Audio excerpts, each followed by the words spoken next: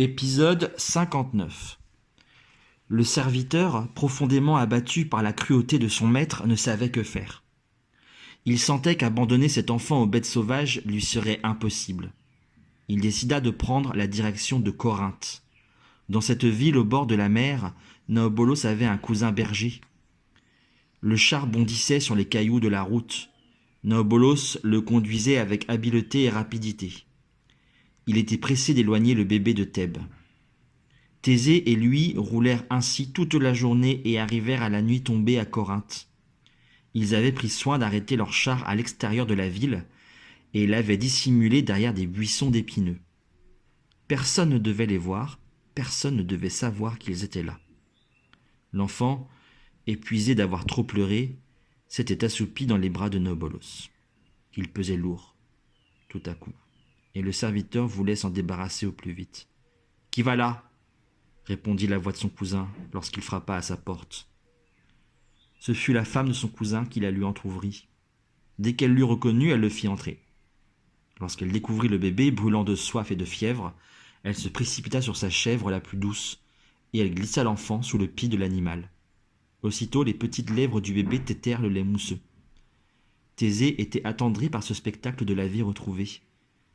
Il évitait de poser les yeux sur les pieds blessés de l'enfant. Puis la femme ôta l'abominable lanière et berça contre elle le petit, repu et apaisé. Naobolos, quant à lui, avait fini de chuchoter à l'oreille de son cousin. Il s'apprêtait déjà à repartir. « Viens-tu » lança-t-il rudement à Thésée. Celui-ci hésita. Devinant qu'il n'arrivait pas à quitter l'enfant, la femme proposa. « Il peut rester chez nous s'il veut. »« Toi aussi d'ailleurs, cousin. » Mais Naobolos avait bien trop peur que Laïos apprenne qu'il n'avait pas exécuté ses ordres. Il préféra repartir aussitôt pour ne pas éveiller les soupçons. Thésée passa la nuit couché près de la cheminée, veillant sur le sommeil agité de l'enfant. Lorsque l'aube se leva sur la ville de Corinthe, Thésée et la femme du berger s'étaient déjà faufilés hors de la cité. Ils s'étaient approchés de la berge de la rivière à 2 pas de l'endroit où la reine Périboéa et ses suivantes venaient laver leur linge chaque matin. Dissimulés derrière de grands roseaux, ils attendaient. Ils avaient glissé le bébé dans un panier en osier. L'enfant dormait encore. Les lueurs roses et mauves du soleil levant teintaient l'eau. Bientôt, la troupe joyeuse de servantes de la reine arriva. Leur beauté apaisa le cœur douloureux de Thésée. Elles trempaient de grands draps dans la rivière, les ressortaient ruisselants, se mettaient à 2 pour les tordre et les retordre. Elles en profitaient pour s'éclabousser gaiement. Périboéa les regardait en souriant, jouant parfois elle aussi avec l'eau fraîche et pure.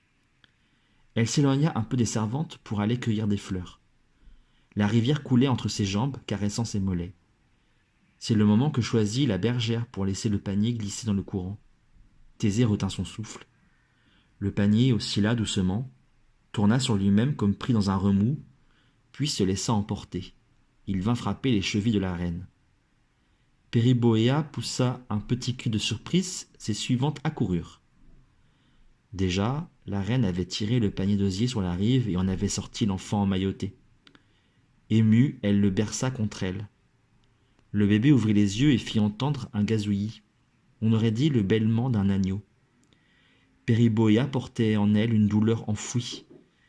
Elle aimait tendrement son époux, le roi Polybe, qui le lui rendait bien, mais il n'avait jamais pu avoir d'enfant. Le bébé saisit le doigt de la reine et le serra fortement. Il l'avait choisi. Bouleversée, la reine se sentit envahie par un sentiment nouveau. Elle était devenue mère.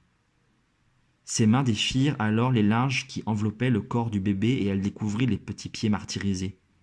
Elle poussa un soupir de compassion et murmura « Pauvre enfant, qui que tu sois, tu as été bien mal accueilli sur cette terre. Tu t'appelleras Édipe, pied enflé, en grec, et désormais, tu seras mon fils. » Caché derrière les roseaux, Thésée comprit qu'il venait d'assister au sauvetage miraculeux du vieil aveugle qu'il avait accueilli à Athènes. Qu'était-il arrivé après cette adoption miraculeuse ?